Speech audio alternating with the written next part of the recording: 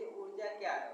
ऊर्जा वह क्षमता होती है यानी कैपेसिटी होती है जिससे वस्तु अपना कार्य करती है, ठीक है, यानी वर्क करती है। इसका एसआई मात्रक क्या होता है, यानी इसको किसमें मापा जाता है? तो जूल में इसे मापा जाता है, जूल में, जूल में नहीं जूल में, ठीक है। हाँ, इसके दो मुख्य भाग होते हैं। तो पहला नंबर कौन सा होता है, यानी प्रकार होते हैं। तो कौन सा पहला नंबर होता है? काइनेटिक एनर्जी, ठीक है। और दूसरा नंबर होता है पोटेंशियल एनर्जी, ठीक है, पोटेंशियल एनर्जी और काइनेटिक एनर्जी, यानी इसको हिंदी में गतिज ऊर्जा और स्थितिज ऊर्जा बोलते हैं, ठीक है। अब इसे हम थोड़ा समझते हैं गतिज ऊर्जा असल में क्या है।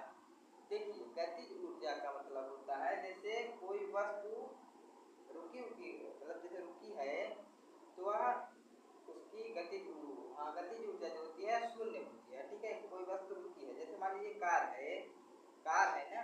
अब कार रुकी है तो उसकी गतिज ऊर्जा क्या है? एकदम शून्य यानी जीरो है।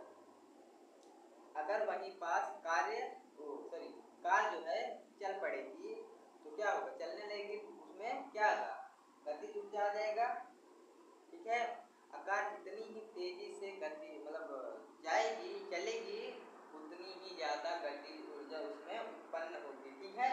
समझ में आ रहा है ना? हाँ, इसका हम लोग फॉर्मूला देखते हैं। गतिज ऊर्जा का फॉर्मूला क्या होता है? तो देखिए गतिज ऊर्जा का फॉर्मूला होता है के ई, यानी के ई बराबर गतिज ऊर्जा जो अभी हमने बताया है काइनेटिक एनर्जी, जो देखिए काइनेटिक एनर्जी, इसका सूत्र होता है 1/2 यानी आधा mv²। देखिए इसका मतलब काइनेटिक एनर्जी यानी गतिज ऊर्जा, ठीक है, गतिज ऊर्जा जिसे जूल में हम लोग मापते हैं। फिर उसके बाद क्या होता है? यम का मतलब क्या होता है? द्रव्यमान, यानी उसका भार कितना है, कार का भार कितना। जैसे हमने कार का उदाहरण दिया तो कार का भार कितना है, ठीक है, तो केजी में यानी किलो में मापते हैं। और जो वी का होता है वेग यानी स्पीड, उस कार की स्पीड कितनी तेज है, ठीक है, उस कार की स्पीड कितनी तेज है, जिसे हम लोग किसमें मापते हैं?